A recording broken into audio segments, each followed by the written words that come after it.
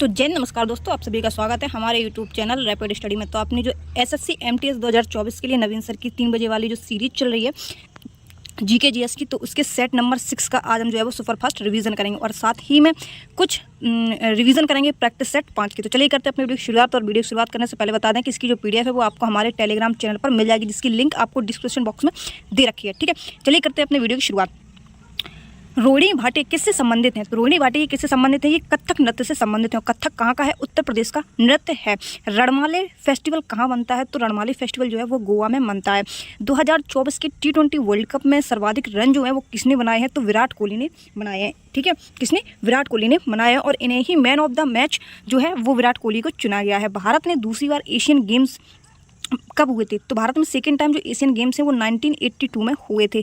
PACS indica book जो है वो किसकी है? तो पैक्स इंडिका बुक जो है वो शशि थरूर की है। भीमबेटका की गुफाएं जो कि एमपी में स्थित है, ये यूनेस्को में शामिल कब की गई थी? तो 2003 में जो है वो यूनेस्को में शामिल की गई थी।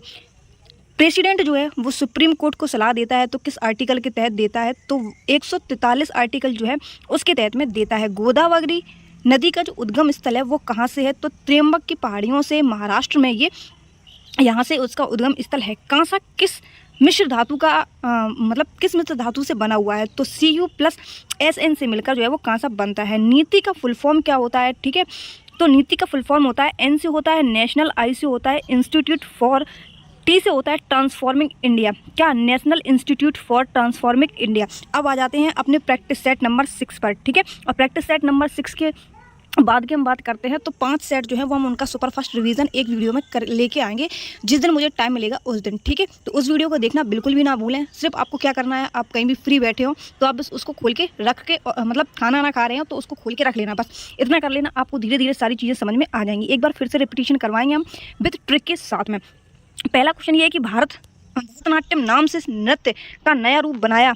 तो भरतनाट्यम नाम से जो नृत्य का नया रूप किसने बनाया था? तो पद्म सुब्रमण्यम ने भरतनाट्यम बनाया। कौन सा बनाया? भरतनाट्यम बनाया। इन्हें पद्म भूषण, ये नृत्यम है, भरत नृत्यम, नृत्य वाला नृत्यम। ठीक है, और इसी का रूप कौन सा बनाया इन्होंने? तो भरतनाट्यम बनाया। कौन सा बनाया? भरतनाट्यम बनाया। किसने? पद्मा सुब्रमण्यम ने। इन्हें पद्म भूषण के नाम से मतलब पद्म भूषण जो पद है भारत में, एक तो भारत रत्न मिलता है, एक पद्म विभूषण मिलता है, फिर पद्म भूषण मिलता है, और सबसे छोटा जो होता है वो पद्म श्री मिलता है। ठीक है, तो पद्म भूषण इन्हें कब मिला? 2003 में मिला। और पद्म विभूषण इन्हें कब मिला? तो 2024 में पद्म विभूषण से इन्हें सम्मानित किया गया है, पद्मा सुब्रमण्यम को। ठीक है, ये 2024 में इन्हें पद्म विभूषण मिला है, इसलिए ये चर्चित व्यक्ति है। अला मेल वल्ली की बात कर लेते हैं और रुक्मणी देवी अरुंडेल की बात कर लेते हैं, तो ये भरतनाट्यम से संबंधित है। सोनल मानसिंह की बात कर लेते हैं, तो ये भरतनाट्यम और उड़ीसी नृत्य से संबंधित है। भरतनाट्यम कहाँ का है? तमिलनाडु का है। उड़ीसी कहाँ का है? उड़ीसी का है। कथक कहाँ का है? तो उत्तर प्रदेश का है। इन्हें पद्म विभूषण से कब सम्मानित किया गया सोनल मानसिंह को? तो इन्हें 2003 में पद्म विभूषण से सम्मानित किया गया। पद्म भूषण से 2000 किन्हें मिला है? पद्म विभूषण। पद्म विभूषण किसको मिला है 2024 में? और ये मिला है बैजंती माला को। और पद्म श्री इन्हें कब मिला है? तो 2024 में मिला है बैजंती माला को। भगवत प्रधान की बात कर लेते हैं, तो शब्दा फोक डांस जो है ये कहाँ का है? ये उड़ीसा का है। कहाँ का है? उड़ीसा का है, जिसमें भगवत जो होता है वो प्रधान को हम कहते हैं। ठीक है, बदरप्पन की बात कर लेते हैं, ये तमिलनाडु के कुंभी मेला का होता है। नेपाल चंद्र सूत्रधार की बात कर लेते हैं, तो ये किस नृत्य से जुड़े हुए हैं? ये छऊ नृत्य से जुड़े हुए हैं। और छऊ जो है वो 3 प्रकार से मनाया जाता है, एक तो मयूरभंज छऊ, एक पुरुलिया छऊ और एक सरायकेला छऊ। सरायकेला छऊ जो है वो झारखंड में मनाया जाता है, पुरुलिया छऊ जो है वो पश्चिम बंगाल में मनाया जाता है, और मयूरभंज छऊ जो है वो उड़ीसा में मनाया जाता है। ठीक है, ये 3 प्रकार के छऊ मनाए जाते हैं 3 अलग अलग स्टेट में। और छऊ इससे जुड़े कौन है? तो नेपाल चंद्र सूत्रधार जो है वो इससे जुड़े हुए हैं। ओपी शर्मा की बात कर लेते हैं, तो ओपी शर्मा जो है एक मध्य प्रदेश में जो नृत्य है, माच नृत्य जिसको हम बोलते हैं। ठीक है, माच नृत्य जो है वो मध्य प्रदेश का है, और इससे कौन जुड़े हैं? तो ओपी शर्मा जुड़े हुए हैं। टी शिवलिंगम की बात कर लेते हैं, तो ये नादस्वरम से जुड़े हुए हैं। नादस्वरम क्या है?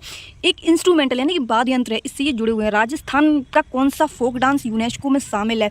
तो 2010 में जो कालबेलिया नृत्य है इसको 2010 में यूनेस्को में शामिल किया गया था। ठीक है, और ये कहाँ का है? ये राजस्थान का है। मूर्त यानी कि हेरिटेज साइट कितनी है? तो 43 हेरिटेज साइट है यूनेस्को की साइट में। हमने आपको बताया था ना कि यूनेस्को में साइटें अलग अलग तरीके की होती हैं। नृत्य कितने हैं? तो 7 नृत्य हैं। ठीक है, और इसके अलावा अमूर्त धरोहर कितने हैं? तो 43 हैं। और हमने मोइदम जो है ये बताई थी, किसको कहाँ पे? असम में बताई थी। कहाँ पे? मोइदम जो है ये 43वें नंबर की साइट है। इंटेंजिबल साइट की बात कर लेते हैं, तो इंटेंजिबल साइट जो है वो कितनी है? तो ये मूर्त धरोहर हैं, ये अमूर्त धरोहर हैं। वो कितनी है? वो 15 हैं। कितनी है? 15 हैं। और 15 नंबर की कौन सी है? तो गरबा में जो गुजरात में जो गरबा होता है वो 15वें नंबर का है, ठीक है। और ये कब जोड़ा गया? ये 2023 में इसको जोड़ा गया है, ठीक है। फर्स्ट इंटेंजिबल कल्चरल साइट कौन सी है? तो वैदिक जप, जिसको 2008 में जोड़ा गया था, ठीक है। इंटेंजिबल वाली है ये, ठीक है। योग को कब जोड़ा गया और नवरोज त्यौहार को कब जोड़ा गया? तो 2016 में जो है वो नवरोज और योग दोनों को इसको जोड़ा गया था। कुंभ मेला को यूनेस्को में कब शामिल किया गया? तो 2017 में यूनेस्को में इसको शामिल किया गया। किसको? कुंभ मेला को। दुर्गा पूजा को शामिल कब किया गया यूनेस्को की साइट में? तो 2021 में दुर्गा पूजा को शामिल किया गया। 2010 में किसको? कालबेलिया, आपको बताया अभी, राजस्थान का। और छऊ जो 3 प्रकार के होते हैं, पश्चिम बंगाल में भी होता है और उड़ीसा में भी होता है और झारखंड में भी होता है, ठीक है। 3 प्रकार के अभी छऊ हम आपको बता चुके हैं। मोहन बीड़ा एक संशोधित हवाईयन गिटार, जिसे हिंदुस्तानी स्लाइड गिटार के रूप में भी जाना जाता है, के द्वारा लोकप्रिय बनाया गया। तो किसके द्वारा ये लोकप्रिय बनाया गया था हवाईयन गिटार? तो एक पर्सन थे विश्व मोहन भट्ट, इनके द्वारा जो है वो ये बनाया गया था। क्या? हवाईयन गिटार, ठीक है, जिसे हिंदुस्तानी स्लाइड गिटार के रूप में भी जाना जाता है। पद्मश्री से इन्हें कब सम्मानित किया गया? तो 2002 में इन्हें पद्मश्री से सम्मानित किया गया। और पद्म भूषण से इन्हें कब सम्मानित किया गया? तो 2007 में पद्म भूषण से इन्हें सम्मानित किया गया। 1994 में इन्हें ग्रैमी अवार्ड से सम्मानित किया गया। और 19 ग्रैमी अवार्ड जो है वो 1954 से ही शुरू होते हैं। 1994 में इन्हें दिया गया। और ग्रैमी अवार्ड कब शुरू होते हैं? तो 1954 से ये शुरुआत होते हैं, ठीक है। असद अली खान की बात कर लेते हैं। तो ये किससे जुड़े हुए हैं? ये रुद्र बीड़ा से जुड़े हुए हैं। सादिक अली खान भी किससे जुड़े हुए हैं? तो रुद्र बीड़ा से जुड़े हुए हैं। ज्योति हेगड़े भी किससे जुड़ी हुई हैं? तो ये रुद्र बीड़ा से जुड़ी हुई हैं। जिया मोइनुद्दीन डागर भी किससे जुड़े हुए हैं? तो ये रुद्र बीड़ा से जुड़े हुए हैं। पंडित रविशंकर की पुत्री जिनका नाम अनुष्का शंकर है, ये किससे जुड़े हुए हैं? तो ये सितार से जुड़े हुए हैं दोनों लोग, ठीक है। राम नारायण की बात कर लेते हैं। तो ये सारंगी से जुड़े हुए हैं। ये साड़ी नहीं है, सारंगी है। क्या है? सारंगी है, ठीक है। अपने थोड़ा सा करेक्शन कर लेंगे इसमें। जयदीप मुखर्जी की बात कर लेंगे। तो जयदीप मुखर्जी किससे जुड़े हुए हैं? ये मोहन बीड़ा से जुड़े हुए हैं। भारत में ओलंपिक में सर्वप्रथम भाग कब लिया था? तो भारत ने 1900 में ओलंपिक में भाग लिया था, ठीक है। और प्राचीन ओलंपिक की शुरुआत कब से होती है? तो 776 BC से प्राचीन ओलंपिक की शुरुआत होती है। आधुनिक ओलंपिक की शुरुआत कब से होती है? तो आधुनिक ओलंपिक की शुरुआत 1896 से एथेंस से इसकी शुरुआत होती है, ठीक है। इंडियन ओलंपिक कमेटी की बात कर लेते हैं। इसका गठन 23 जून 1894 को इसका गठन किया जाता है। और ओलंपिक डे कब से मनाना शुरू किया जाता है? 23 जून को। तो 1948 से जो है इसको मनाना शुरू किया जाता है, ठीक है। इंडियन ओलंपिक कमेटी की बात कर लेते हैं। इसका फुल फॉर्म है इंडियन ओलंपिक समिति। कमेटी को ही समिति बोलते हैं। ब्रिटिश इंडिया की तरफ से फर्स्ट व्यक्ति कौन थे जो एथलीट्स थे? तो नॉर्मन पिजार्ड जो है, इन्होंने 2 सिल्वर यानी कि 2 चांदी जो है इन्होंने जीते थे। और ये कौन थे? नॉर्मन पिजार्ड ये एक एथलेटिक थे, ठीक है, यानी कि धावक थे एक तरह से ये कह सकते हैं। 1920 में भारतीय दल बनाया गया जिसमें 5 सदस्य थे, ठीक है। ध्वजवाहक कौन थे 1920 के फर्स्ट इंडियन ध्वजवाहक? तो पूर्णा बनर्जी थी। कौन थी? पूर्णा बनर्जी जो थी। फर्स्ट ओलंपिक जीत दिलाई थी किसने? तो रणधीर सिंधे ने 1920 में फर्स्ट जीत दिलाई थी, ठीक है। भारत फर्स्ट मेडल कब जीता था? ब्रॉन्ज। तो हेलसिंकी में 1952 में जो फर्स्ट ब्रॉन्ज है वो जीता था, ठीक है। और किसने जीता था? तो केडी जाधव ने जीता था। किसने? केडी जाधव ने। और किसमें जीता था? तो कुश्ती में ये गेम जो है वो जीता था। फर्स्ट सिल्वर की बात कर लेते हैं। तो फर्स्ट सिल्वर जो है वो इंडिया ने 2004 में एथेंस में जीता था। कहाँ पे? एथेंस में हुए थे, उसमें जीता था। और किसने जीता था? तो राजवर्धन सिंह राठौर ने जीता था। और किसमें जीता था? तो ये शूटिंग में जीता था। फर्स्ट गोल्ड किसमें जीता था? तो फर्स्ट गोल्ड जो है वो हॉकी टीम ने 1928 में एम्स्टर्डम में ये जीता था। ये बहुत इंपॉर्टेंट बन जाता है। फर्स्ट व्यक्ति गोल्ड जिसने जीता था वो थे 2008 में अवनव बिंद्रा ने। फर्स्ट व्यक्तिगत का मतलब है कि सिर्फ एक पर्सन हो उसमें, ठीक है। तो ये किसने जीता था? तो अवनव बिंद्रा ने जीता था। और ये इनकी एक पुस्तक है, कौन सी? शॉर्ट एट हिस्ट्री पुस्तक किनकी है? अवनव बिंद्रा की है। रणजी ट्रॉफी का संबंध किससे है? तो रणजी ट्रॉफी का जो संबंध है वो क्रिकेट से है। इसकी शुरुआत कब होती है रणजी ट्रॉफी की? तो 1934 से इसकी शुरुआत होती है। और फर्स्ट विजेता कौन रहा था? तो फर्स्ट विजेता जो है वो बॉम्बे रहा था। सबसे ज़्यादा बार विजेता कौन रहा है? तो सबसे ज़्यादा बार जो विजेता है वो बॉम्बे ही रहा है। 2023 की बात कर लेते हैं। तो 2023 में जो रणजी ट्रॉफी के विजेता है वो मुंबई वर्सेस विदर्भ जो है 2023 में विजेता जो है मुंबई रहा था, ठीक है। और इसके अलावा जो उपविजेता रहा था वो कौन रहा था? विदर्भ रहा था। होस्टेड बाई BCCI के द्वारा ये होस्ट किया जाता है। रणजी ट्रॉफी जो है वो BCCI के द्वारा होस्ट की जाती है। और इसकी स्थापना कब होती है? तो इसकी स्थापना जो है वो 1928 में होती है। और इसका हेडक्वार्टर कहाँ है BCCI का? तो मुंबई में है। रणजी ट्रॉफी में सर्वाधिक रन किसने बनाए थे? तो वसीम जाफर ने सर्वाधिक रन बनाए थे। कितने? और सबसे ज़्यादा विकेट किसने बनाए थे? तो राजेंद्र गोयल ने 640 विकेट, सबसे ज़्यादा विकेट जो है वो राजेंद्र गोयल के द्वारा बनाए गए हैं। कितने? 640 विकेट। ठीक है, और ये रन याद करने की कोई ज़रूरत नहीं है। क्रिकेट की अन्य ट्रॉफियों की भी बात कर लेते हैं। तो देखो आरपीएफ की अगर बात करें तो आरपीएफ में खेल से संबंधित जो वर्ड होते हैं, ठीक है, वो बहुत ज़्यादा पूछे जाते हैं। तो वो भी हम अभी नहीं, 10 मिनट की जो हम सीरीज़ लेके आएंगे उसमें वो सारी चीज़ें हम कवर करते हुए चलेंगे। ठीक है, सैयद मुश्ताक अली ट्रॉफ़ी 20 ओवर की खेली जाती है और ये क्रिकेट से संबंधित है। देवधर ट्रॉफ़ी की बात कर लेते हैं तो ये क्रिकेट से संबंधित है और 50-50 ओवर की खेली जाती है। दिलीप ट्रॉफ़ी की बात कर लेते हैं, ये भी किससे संबंधित है? क्रिकेट से संबंधित है। बैडमिंटन की बात कर लेते हैं। अब देखो ये इंपॉर्टेंट है, ठीक है, आरपीएफ के लिए। बैडमिंटन पोस्ट ऊंचाई कितनी होती है? तो 1.55 मीटर जो है बैडमिंटन के पोस्ट की ऊंचाई होती है।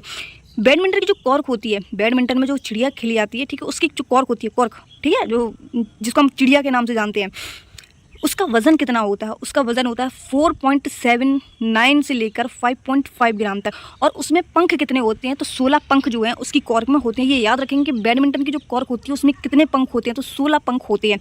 ठीक है, रैकेट का वजन कितना होता है? तो जो हम अपने लोग रैकेट इस्तेमाल करते हैं, अरे अपने जो होते हैं वो तो ऐसे लोकल होते हैं, जो वहाँ पे जो खेले जाते हैं बैडमिंटन, जब मतलब टूर्नामेंट होता है तब, तो 85 से लेकर 140 ग्राम तक जो है उनका वेट होता है। बहुत हल्के वजन के होते हैं।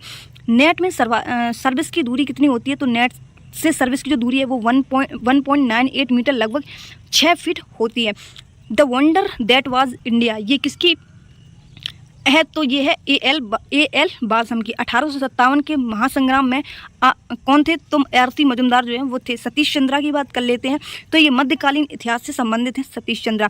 महाबोधि बिहार की बात कर लेते हैं तो इसको यूनेस्को की साइट में कम शामिल किया गया? तो 2002 में इसको शामिल किया गया। किसको? महाबोधि बिहार को। और ये कहाँ पर स्थित है? बिहार में ही स्थित है। अजंता एलोरा की गुफाओं की बात कर लेते हैं तो अजंता और एलोरा की गुफाएं जो है ये 1983 में यूनेस्को की साइट में जोड़ी गई थी, जो कि कहाँ पर है? महाराष्ट्र में स्थित है। और एलिफेंटा की गुफाएं भी यहाँ पर स्थित है। इनको कब जोड़ा गया था? तो 1983 में इनको जोड़ा गया और 1987 में फिर एलिफेंटा की गुफाओं को भी जोड़ लिया गया। नालंदा की बात कर लेते हैं। नालंदा विश्वविद्यालय को कब जोड़ा गया? तो 2016 में जो है नालंदा विश्वविद्यालय को यूनेस्को की साइट में जोड़ लिया गया। हुन फेस्टिवल कहाँ का है? तो हुन फेस्टिवल कहाँ का है? ये मणिपुर का है। ठीक है, चुम्फा, गान नगाई, संगाई, ये सभी कहाँ के हैं? ये सभी मणिपुर के हैं। होंगजोंग फेस्टिवल, याओसंग फेस्टिवल, ये कितने दिन? योसंग या याओसंग, ये कितने दिन मनाया जाता है? 5 दिन मनाया जाता है। ठीक है, ये भी कहाँ के हैं? तो ये भी मणिपुर के हैं। लाई हरोबा, चेरी ब्लॉसम, कांग जात्रा कूट, जिसको हम कांग जात्रा कूट जो है वो मेती समुदाय के द्वारा मनाया जाता है। ठीक है, और चापचार कूट जो है वो किसके द्वारा मनाया जाता है? तो ये मिजोरम स्टेट में मनाया जाता है। बाकी ये सभी कहाँ मनाए जाते हैं? मणिपुर में मनाए जाते हैं। विधानसभा वाइस प्रेसिडेंट की बात कर लेते हैं। राज्यसभा का पदेन सभापति होता है, ये किस आर्टिकल में लिखा हुआ है? यानी कि उपराष्ट्रपति जो है वो राज्यसभा का पदेन सभापति होता है, ये किस आर्टिकल में लिखा हुआ है? तो आर्टिकल 89 में और आर्टिकल 64 में। ठीक है, किसमें? आर्टिकल 89 और आर्टिकल 64 दोनों में लिखा हुआ है कि पहले ये देख लेते हैं कि वाइस प्रेसिडेंट यानी कि उपराष्ट्रपति के बारे में एक ट्रिक याद रखेंगे, उसका निकास। राष्ट्रपति के लिए हमने आपको बताई थी पकानी कोका दियो दसंबाली, और उपराष्ट्रपति के लिए क्या हम रखेंगे? उसका निकास। क्या याद रखेंगे? उसका निकास याद रखेंगे। ठीक है, उसे उपराष्ट्रपति 63 में। सा से वो सभापति होगा, जो उपराष्ट्रपति है वो राज्यसभा का सभी सभापति होगा। तो इसी आर्टिकल से संबंधित है और 89 भी इससे संबंधित है। का मतलब होता है कार्यकाल। ठीक है, का मतलब क्या होता है? कार्यकाल। ना का मतलब क्या होता है? निर्वाचन से, यानी कि 66 में। का मतलब क्या होगा? कार्यकाल। ये कार्य है, इसका जो कार्य है, ठीक है, प्रेसिडेंट के रूप में ये कार्य कर सकता है। ठीक है, का मतलब है। और कार्यकाल जो है वो 67 में है। सा से क्या है? समय से भरा जाएगा जो रिक्त है। निकास से सनी। ठीक है, सा से शपथ है, ना से निर्वहन है 70 में। इसके अलावा आगे चलते हैं। वाइस प्रेसिडेंट का चुनाव जो है उसमें कौन कौन से लोग भाग लेते हैं? तो लोकसभा और राज्यसभा के जितने भी सदस्य हैं सभी इसमें भाग लेंगे। ठीक है, इलेक्टेड प्लस नॉमिनेटेड दोनों प्रकार के। और राष्ट्रपति के चुनाव में कौन कौन से भाग लेते हैं? तो लोकसभा, राज्यसभा और विधानसभा के जो लोग हैं, कैसे? सिर्फ निर्वाचित, नॉमिनेटेड नहीं, सिर्फ निर्वाचित जो सदस्य हैं वही इसमें भाग लेते हैं। ठीक है, इसमें विधानसभा के लोग जो हैं वो भाग नहीं लेते किसके? उपराष्ट्रपति के में। लेकिन राष्ट्रपति के में विधानसभा के लोग सिर्फ जो निर्वाचित हैं वही। ठीक है, इसमें लोकसभा और राज्यसभा निर्वाचित प्लस नॉमिनेटेड दोनों लेते हैं, भाग नहीं लेंगे। 20 प्रस्तावक और 20 अनुमोदक होने चाहिए। वाइस प्रेसिडेंट को हटाने के लिए प्रस्ताव कहाँ पेश किया जाता है? तो केवल राज्यसभा में अगर आपका प्रस्ताव पारित किया जाता है, ठीक है, तो जो वाइस प्रेसिडेंट है उसको हटाया जा सकता है। लेकिन प्रेसिडेंट के लिए क्या है, राष्ट्रपति को हटाने के लिए क्या करते हैं, किसी भी सदन से जो है, लेकिन लोकसभा की सहमति अनिवार्य होती है। किसमें, प्रेसिडेंट जो है उसमें लोकसभा की सहमति अनिवार्य होती है, ठीक है। और इसमें क्या है, इसमें केवल राज्यसभा की सहमति जो है वो होनी चाहिए। तो आप प्रेसिडेंट या फिर वाइस प्रेसिडेंट को हटा सकते हैं। फर्स्ट प्रेसिडेंट जिसने पहले निलंबन वीटो, सस्पेंशरी वीटो यूज़ किया था, तो सस्पेंशरी वीटो जो यूज़ करने वाले हैं वो कौन है, तो APJ अब्दुल कलाम जो है वो सस्पेंशरी वीटो यूज़ करने वाले पर्सन हैं, ठीक है। और 1986 में एक तो पॉकेट वीटो होता है, एक सस्पेंसरी वीटो होता है। पॉकेट वीटो किसने इस्तेमाल किया था, तो ज्ञानी जैल सिंह ने जो पॉकेट वीटो है वो यूज़ किया था। और कब, किस लिए यूज़ किया था, तो डाकघर संशोधन विधेयक जो है इसके लिए इन्होंने पॉकेट वीटो का प्रयोग किया था। सुंग वंश की बात कर लेते हैं। तो सुंग वंश की जो स्थापना है वो 185 BC से 185 BC से 73 BC तक, यानी कि उल्टा चलता है, BC बिफोर क्राइस्ट। किसके द्वारा सुंग वंश की स्थापना की जाती है, तो पुष्यमित्र सुंग के द्वारा सुंग वंश की स्थापना की जाती है।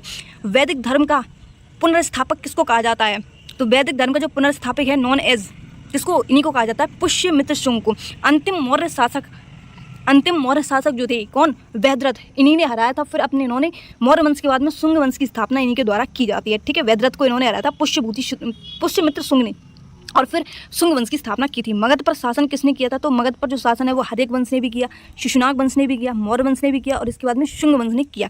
शुंग वंश के लास्ट शासक कौन थे, तो देवभूति जो है इसके लास्ट शासक थे। और फिर इनकी जो हत्या है वो किसके द्वारा कर दी जाती है, वसुदेव के द्वारा की जाती है। और वसुदेव कौन थे, तो इन्होंने कण्व वंश की स्थापना की थी, किसने, वसुदेव ने, ठीक है। शुंग वंश की जो कैपिटल है, राजधानी है, वो कहाँ थी, तो शुंग वंश की जो राजधानी है वो विदिशा थी। कौन थी, विदिशा थी। अशोक के स्तूपों को पुष्यमित्र ने तोड़वाया था, किसने, अशोक के स्तूपों को जो है वो पुष्यमित्र शुंग ने तोड़वा दिया था। बरहूत स्तूप जो कि MP में बनवाया गया है, इसको किसने तोड़वाया था, तो पुष्यमित्र शुंग ने इसको तोड़वा दिया था। महाराज धीराज की उपाधि जो है वो किसने धारण की थी, तो फर्स्ट गुप्त शासक चंद्रगुप्त प्रथम ने जो है इसकी उपाधि धारण की थी। भारतीय इतिहास का स्वर्णकाल किसको कहते हैं, तो भारतीय इतिहास का स्वर्णकाल जो है वो गुप्त काल को कहते हैं। गुप्त काल के फाउंडर कौन है, तो श्रीगुप्त जो है वो गुप्त काल के फाउंडर हैं। श्रीगुप्त की बात कर लेते हैं। तो श्रीगुप्त जो है, इनके बाद में कौन आता है, श्रीगुप्त के बाद में तो घटोत्कच जो है इनके उत्तराधिकारी बनते हैं। और फिर घटोत्कच के बाद में कौन बनते हैं, तो चंद्रगुप्त फर्स्ट जो है इसके उत्तराधिकारी बनते हैं।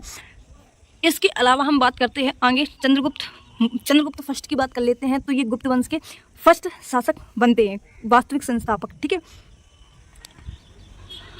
गुप्त संवत कब चलाया जाता है, तो ये 335 AD में चलाया जाता है। हरिशेन दरबारी कवि थे किसके, तो हरिशेन जो है वो समुद्रगुप्त के दरबारी कवि थे, जिनका कार्यकाल 335 से लेकर 380 AD तक चलता है। प्रयाग प्रशस्ति में कितनी पंक्तियां हैं, तो 33 पंक्तियां हैं। समुद्रगुप्त विजय अभियान जो है वो इसी में वर्णित है, प्रयाग प्रशस्ति में। नॉर्थ राजा 9 और साउथ राजा, नॉर्थ के 9 राजाओं को हराया था और साउथ के 12 राजाओं को हराया था, किसने, इन्हीं ने, समुद्रगुप्त ने, किसने, समुद्रगुप्त ने। नॉन एज भारत का नेपोलियन समुद्रगुप्त को किसने कहा है, तो विंसेंट स्मिथ ने जो है वो भारत का नेपोलियन कहा है, किसको, चंद्रगुप्त को, ठीक है।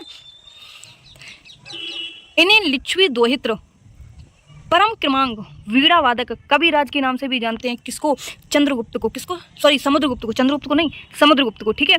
एरर अभिलेख और भानु, एरर अभिलेख किसने, मतलब एरर अभिलेख को जब किसने बनवाया था, तो भानुगुप्त ने बनवाया था। और भारत के नेपोलियन किसको कहते हैं, तो समुद्रगुप्त को कहते हैं। सॉरी, वो चंद्रगुप्त मौर्य ना गलती से निकल गया मेरे मुंह से, ठीक है। चंद्रगुप्त, बार बार चंद्रगुप्त पा रहे हैं, तो वो समुद्रगुप्त के चक्कर में चंद्रगुप्त भूल गया। चंद्रगुप्त द्वितीय की बात कर लेते हैं। तो 380 से लेकर 414 AD तक इनका कार्यकाल रहता है। चंद्रगुप्त द्वितीय को 9 रत्न के नाम से भी जानते हैं और चिकित्सा सुश्रुत के नाम से भी जानते हैं, ठीक है। चीनी यात्री फयान, ये किसके दरबार में आता है, तो ये वैनसांग के दरबार में आता है। कौन, फयान जो है वो, ठीक है। इसकी एक पुस्तक थी, इसका नाम क्या था, तो फो कोकी, क्या था, फो कोकी था। और ये कब आता है, तो 399 AD से 414 AD तक ये भारत में रहता है, ठीक है। रामगुप्त की बात कर लेते हैं। तो रामगुप्त की पत्नी का नाम क्या था, तो ध्रुवश्यामनी इनकी पत्नी का नाम था। ईरानी की बात कर लेते हैं। तो हकामनी वंश, जो कि मतलब ईरानी वंश के बाद में कौन आते हैं, तो यूनानी आते हैं। यूनानी के बाद में कौन आते हैं, तो यूनानी आते हैं, ठीक है। मतलब भारत में जो आक्रमण करने वाले पर्सन जो है वो।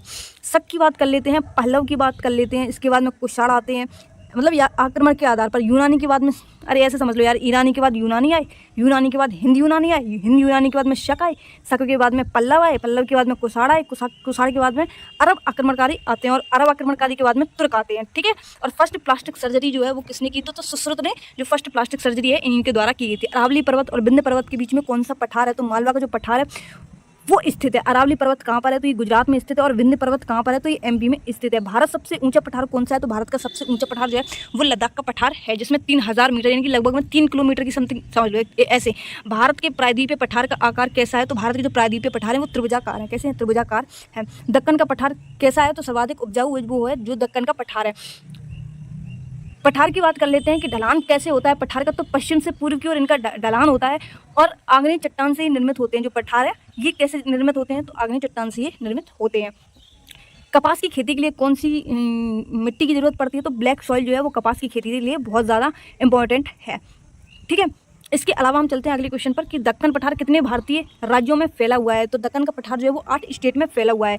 इसकी औसतन ऊंचाई कितनी है, तो 100 मीटर इसकी औसतन ऊंचाई 100 मीटर से लेकर 900 मीटर। ठीक है, एमपी में है, छत्तीसगढ़, कर्नाटक, केरल, तमिलनाडु, आंध्र, तेलंगाना और महाराष्ट्र, इनमें ये जो दक्कन का पठार है वो 8 राज्यों में फैला हुआ है। दुनिया का सबसे ऊँचा पठार जो है वो कौन सा है, तो तिब्बत का पठार, जिसको हम पामीर का पठार भी कहते हैं। लगभग इसकी एवरेज अगर ऊंचाई की बात कर लेते हैं तो लगभग 5500 मीटर जो है इसकी ऊंचाई है। इसको हम विश्व की छत भी कहते हैं, किसको, दक्कन के पठार को। हवा चलती है उच्च दबाव से कम दबाव वाले क्षेत्र तक, कम तापमान से उच्चतम तापमान क्षेत्र तक। सॉरी, ये दिख नहीं रहा है एग्जैक्टली क्वेश्चन क्या है। हवा चलती है उच्च दबाव से कम दबाव वाले क्षेत्र तक, कम तापमान से उच्च तापमान वाले क्षेत्र तक, पता नहीं क्या लिखा हुआ है, समझ में नहीं आ रहा। गर्म हवा की बात कर लेते हैं तो ऊपर की ओर उठती है। सॉरी, इस क्वेश्चन को छोड़ो, यहाँ से स्किप करते हैं। ठीक है, ये क्वेश्चन पूछा गया था कि हवा को वेग जो मापते हैं वो किस में मापते हैं, तो एनीमोमीटर में जो है वो हवा का वेग नापते हैं। ये क्वेश्चन मेरा हो गया था गलत, उत्तर प्रदेश की 31st की सेकंड शिफ्ट में ये पूछा गया था। ठीक है, तो वो गलती से हमने ना स्पीडोमीटर समझ के एनीमोमीटर को लगा दिया, तो ये क्वेश्चन मेरा हो गया गलत। काल बैसाखी कहाँ मनाया जाता है, तो पश्चिम बंगाल में मनाया जाता है। लू गर्म हवाएं होती हैं जो कि नॉर्थ इंडिया में इनको हम लू के नाम से जानते हैं। किसको, जो गर्म हवाएं चलती हैं उनको। आम्र वर्षा की बात कर लेते हैं तो ये कहाँ पर होती है, आम्ल वर्षा, आम्र वर्षा है, आम्ल वर्षा नहीं है। ठीक है, तो आम्र वर्षा कहाँ पर होती है, ये केरला और कर्नाटक साइड होती हैं। ब्लाउज में शॉवर, जिसको हम कॉफ़ी वर्षा के नाम से जानते हैं, ये कहाँ पर होती हैं, तो ये साउथ इंडिया में होती है। विद्युत धारा की बात कर लेते हैं तो विद्युत धारा पता लगाने वाले यंत्र को क्या कहते हैं, एमीटर कहते हैं। क्या कहते हैं, एमीटर। पता लगाने के लिए उपयोग किए जाने वाले उपकरण को क्या कहते हैं, विद्युत धारा पता लगाने के लिए जो उपयोग किया जाता है उपकरण, उसको क्या कहते हैं, तो गैल्वेनोमीटर। उसको उपयोग करने वाले यंत्र को कहते हैं। अल्टीमीटर किसके लिए होता है, तो हाइट को मापने के लिए अल्टीमीटर का उपयोग किया जाता है। फेदोमीटर का उपयोग क्यों किया जाता है, समुद्र की गहराई को मापने के लिए फेदोमीटर का उपयोग किया जाता है। एटमोमीटर की बात कर लेते हैं तो बाष्पीकरण मापने के लिए एटमोमीटर का उपयोग किया जाता है। वोपामीटर का उपयोग क्यों किया जाता है, तो विद्युत चुम्बकीय किरण मापने के लिए किया जाता है। गैब्रोमीटर का उपयोग क्यों किया जाता है, तो गुरुत्वीय त्वरण जिसको हम जी कहते हैं। ठीक है, इसको मापने के लिए जो है वो गैब्रोमीटर का प्रयोग किया जाता है। फोटोमीटर का उपयोग क्यों किया जाता है, तो प्रकाश तीव्रता को मापक के लिए इसका उपयोग किया जाता है। जब बस अचानक शुरू होती है तो यात्री जो है वो पीछे की ओर चला जाता है, अनुभव करता है। जैसे बस जो है वो जब चलती है ना तो व्यक्ति जो है वो पीछे की ओर थोड़ा सा खिसक जाता है, तो वो किसके कारण होता है, तो देखो जब विराम से वस्तु जो है वो गतिमान की ओर होती है तो व्यक्ति जो है वो पीछे की ओर जो है वो होता है। ठीक है, और जब गतिमान हो कोई और फिर एकदम से विराम अवस्था में आए तो व्यक्ति जो है वो आगे की ओर जो है झुकेगा। ये किसके नियम के कारण है, तो जड़त्व का जो नियम है, जड़त्व का फर्स्ट का नियम जो है ये क्या कहता है कि F समानुपाती है किसके, एम ए किसको बोलते हैं, मास और एटॉमिक को। ठीक है, F क्या है, फोर्स यानी कि बल। एटॉमिक किसको बोलते हैं, त्वरण को बोलते हैं। ठीक है, सेकंड नियम है ये। थर्ड नियम क्या है, क्रिया प्रतिक्रिया का नियम, जिसको हम जैसे कहते हैं कि ना कि बंदूक से गोली छोड़ने पर बंदूक जो है बंदूक का पीछे जाना। ठीक है, इसी तरीके से ये थर्ड नियम है, क्रिया प्रतिक्रिया का नियम। अगला क्वेश्चन है कि कौन क्षारीय मृदा धातु है, तो क्षारीय मृदा धातु कौन सी होती है, तो मैग्नीशियम जो है वो क्षारीय मृदा धातु होती है। H से क्या होता है, हाइड्रोजन। Li क्या होता है, लिथियम। Na क्या होता है, सोडियम। K क्या होता है, पोटेशियम। Rb क्या होता है, रेबिडियम। Cs क्या होता है, सीजियम। Fr क्या होता है, फ्रांजियम। ठीक है, मृदा कौन सी होती हैं, तो जो सेकंड समूह होता है ये मृदा धातुओं के रूप में होती हैं, जिसको हम बेटा मांगे कार सारे बाप फरार। तो barium, magnesium, calcium, Stellarium, barium और रेडियम ये सभी होती हैं धातु। जो क्षारीय मृदा और धातु ये 3 प्रकार की बॉडी होती हैं। क्षार धातु जो है वो फर्स्ट समूह में आती हैं, ठीक है। अगला क्वेश्चन है कि अमाशय रस में कौन सा किण्वन जिसको हम गैस्ट्रिक जूस मौजूद होता है, तो गैस्ट्रिक जूस जो है वो कहाँ पर मौजूद होता है, ये पेप्सिन में मौजूद होता है, ठीक है। HCl कहाँ पर होता है, तो HCl क्या करता है, हमारे भोजन को पचाने का काम जो है वो HCl का होता है, और ये कहाँ पाया जाता है, ये अमाशय में पाया जाता है। जब प्रकाश की किरणें आँखों में प्रवेश करती हैं तो अधिकांश अपवर्तन जब आँखों में प्रवेश करती हैं तो मतलब हमें कैसे दिखाई देता है, तो कॉर्निया जो है अपने कान की कॉर्निया की सतह पर जो है वो अपवर्तन करता है। अगर नेत्र दान किए जाएंगे तो उसकी क्या दान किया जाता है, तो कॉर्निया ही उसका जो दान है वो किया जाता है आँख का। परितारिका पुतली को नियंत्रित कौन करता है, तो आँख का जो रंग डिपेंड है उस पर करता है। पुतली आँख में प्रवेश करने वाली प्रकाश की मात्रा को नियंत्रित करती है। पुतली जो है वो क्या करती है कि आँख में प्रवेश करने वाले प्रकाश को नियंत्रित करने का काम किसका है, तो पुतली का है। नेत्रदान में क्या क्या दान किया जाता है, तो कॉर्निया जो दान है वो की जाती है। आँख की समंजन क्षमता कितनी होती है, तो आँख की देखने की क्षमता कितनी होती है, 25 मीटर होती है, 25 सेंटीमीटर सेंटीमीटर होती है। स्पष्ट दृष्टि की न्यूनतम दूरी कितनी होती है, तो वो भी 25 सेंटीमीटर होती है, ठीक है। आई कितने मेगापिक्सल की होती है, तो 576 मेगापिक्सल जो है वो आँखों की कैपेसिटी होती है। एग्जिम बैंक किसके साथ सौदा करता है, तो एग्जिम बैंक जो है किसके साथ में सौदा करता है, ये export import bank of India, जिसका हेडक्वार्टर कहाँ पर है, मुंबई में स्थित है। 1981 के एक्ट के तहत इसकी स्थापना 1982 में होती है, किसकी, एग्जिम बैंक की, ठीक है। एग्जिम बैंक का फुल फॉर्म क्या है, तो export import bank of India. ये किसके लिए सौदा करती है, तो इंपोर्ट और एक्सपोर्ट के लिए ही तो करेगी, उसका फुल फॉर्म में समझ में आ रहा है, यानी कि आयात और निर्यात के लिए सौदा करने का काम करती है, ठीक है। अगला क्वेश्चन है कि विमुद्रीकरण कितनी बार हो चुका है भारत में, तो भारत में विमुद्रीकरण जो है वो 3 बार हो चुका है। विमुद्रीकरण का मतलब है जो मुद्रा का चलन है वो उसका बाहर हो जाना है, जैसे एक तरह से नोटबंदी समझ सकते हैं, ठीक है। तो एक तो 1946 में हुआ था, दूसरा 1978 में होता है, और फिर 2016 में 8 नवंबर 2016 को पीएम मोदी के द्वारा 1000 और 500 के नोट जो है वो बंद कर दिए जाते हैं। नोट जमा करने की लास्ट डेट कितनी थी, तो 30 दिसंबर 2016 जो है इसकी लास्ट डेट थी। वित्त मंत्री कौन थे उस टाइम, तो अरुण जेटली जो है वो वित्त मंत्री थे, और पीएम कौन थे, तो नरेंद्र मोदी जो है वो पीएम मोदी थे, ठीक है। गवर्नर कौन थे आरबीआई के, तो उर्जित पटेल जो है उस टाइम गवर्नर थे। और इनकी एक पुस्तक है बुक ओवर ड्राफ्ट, ठीक है, जिसमें 500 और 1000 के नोट बंद कर दिए गए थे, ठीक है। उस टाइम प्रेसिडेंट कौन थे, तो प्रणब मुखर्जी जो है प्रेसिडेंट थे।